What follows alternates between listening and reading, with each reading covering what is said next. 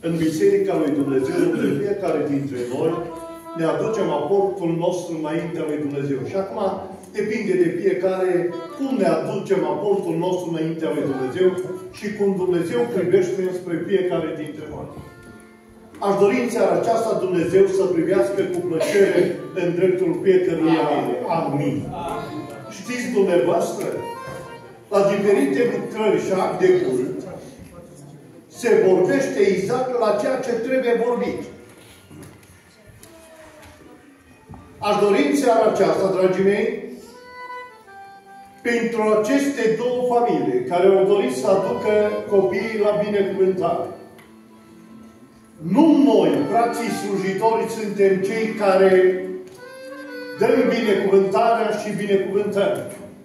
În urma rugăciunii, Dumnezeu binecuvintează. Știți dumneavoastră în căsătorie, Dumnezeu binecuvintează în urma ascultării de Dumnezeu. Ia uitați-vă dumneavoastră când o familie se căsătorește, în familia respectivă Dumnezeu hotărăște câți copii se dă. Nu hotărăște soțul și soția câți copii să facă.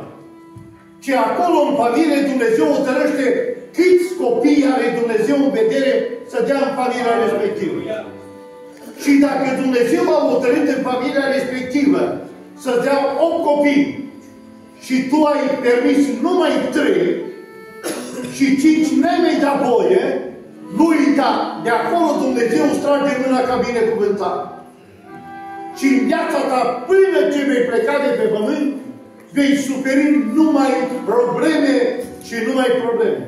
Și dacă te întâlnești cu soțul și cu soția și întrebi, mă, câți copii aveți? Domnul ne-a dat 3 copii. Auziți? Domnul ne-a dat 3 copii. Dar tu nu spui că ai oprit nașterea de copii pe care Domnul a avut în vedere să ți dea în continuare. Mă, dar de ce soția ta umblă din spital în spital și bolnavă? Probleme ca femeia. Știți că din loc banul care să-l folosești pentru lapte praf, pentru scutece, să-ți crești copilul, în continuare consumi banii cu medicii asupra trupului tău, pentru că ai oprit nașterea de copii și acolo devine probleme în familie. Frați și surori, ceasul văd că fuge. Aș vrea să citesc din Cartea Marcu, capitolul 10, cu versetul 13, ceea ce a citit fratele Cătălin. I-au adus niște copilași ca să se atingă de ei, dar ucenicii au certat pe cei ce aduceau.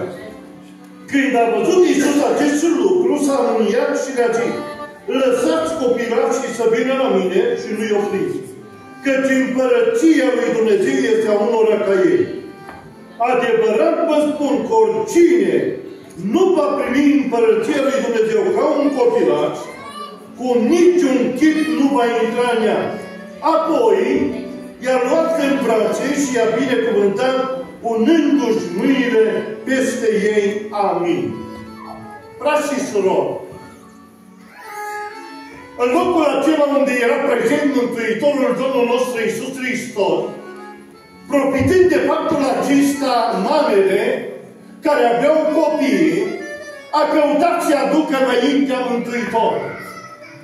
Nu uitați, printre copiii pe care dorința mamelor era să-i aducă înaintea lui Iisus Hristos, printre copiii aceia erau și copii bolnavi, erau și copii cu probleme, erau și mame încercate.